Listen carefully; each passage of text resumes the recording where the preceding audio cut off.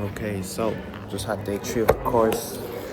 That was the final day done. So I'm at a restaurant, about to get some food.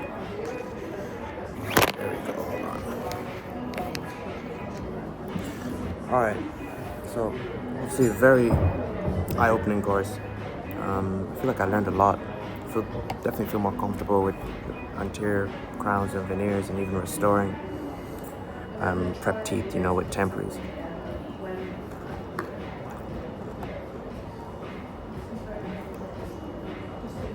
It was very intense. I managed to take a couple of pictures and videos of my work, which I might share at a later date, another time. But that was very intense, like 3 days, 9 to 6, starting half 8 on 2 of the days. Wow, that was intense.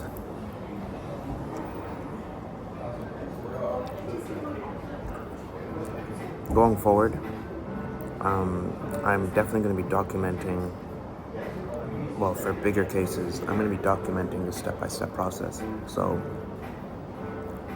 things like putting on the rubber dam, even retracting the gums with retraction cords, or the temporizing stage, or separating teeth with Teflon tape, stuff like that. I'm going to go through everything.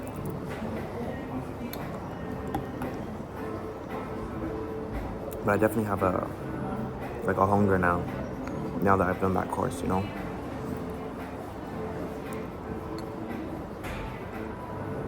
want to go back and start taking on more cases. There's a couple of things I'm going to order as well for the practice, just to help me out with those cases.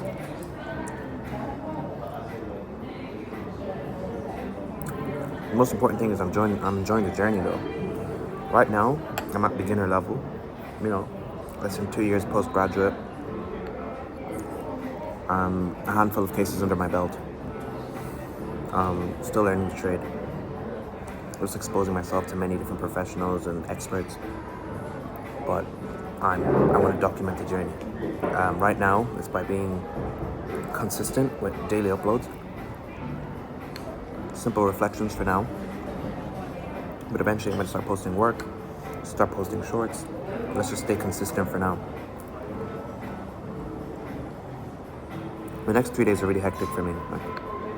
Monday 9 to 8, Tuesday 9 to 8, Wednesday I think it's 9 to 2. But that's at the back of doing 9 to 6, 3 days in a row, so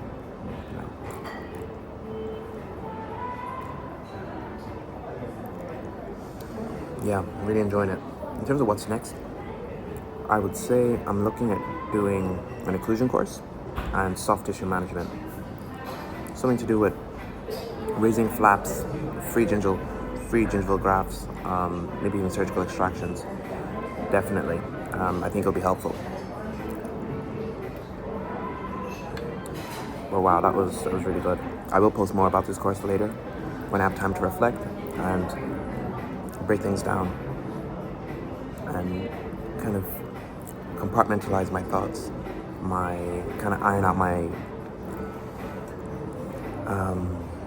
iron out what I'm confused about. We can actually just deliver everything in good sequence. Right now, I have a bunch of concepts, they're just scattered in my head. I need to kind of sequentially go through all the topics that were covered, all the tips that were given. Because honestly, prior to this course, I wasn't very optimistic about giving veneers to my patients again, just because of the longevity of them. The idea of giving restorations that can only last 10 years doesn't really sit well with me. But after this course, I could see veneers can last decades if done well. There's a couple of things that do stick out to me. There is a Turkish dentist, I believe his name is Cigal, Cigal, if I'm not mistaken. And he did a study, and he's a world-class general dentist. And he tracked about, I think, 500 restorations that he delivered for his patients. And he compared the restorations that were finished on enamel in the cervical finishing region and the restorations that were finished on dentine. And he found that the restorations that were finished on dentine were 10 times more likely to fail than the restorations that were finished on enamel. So that's after a 10-year follow-up, by the way. So it's something that I just want to reflect on all the topics covered and go into it, but this is my mastery. This is what I'm looking at becoming an expert in life. Well, one of the things, not the only thing, one of the things. We'll start off with indirect restorations.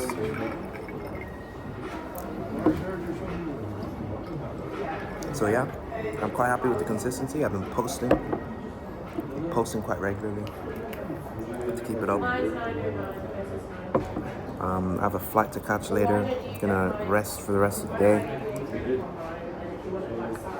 I'm back to work tomorrow.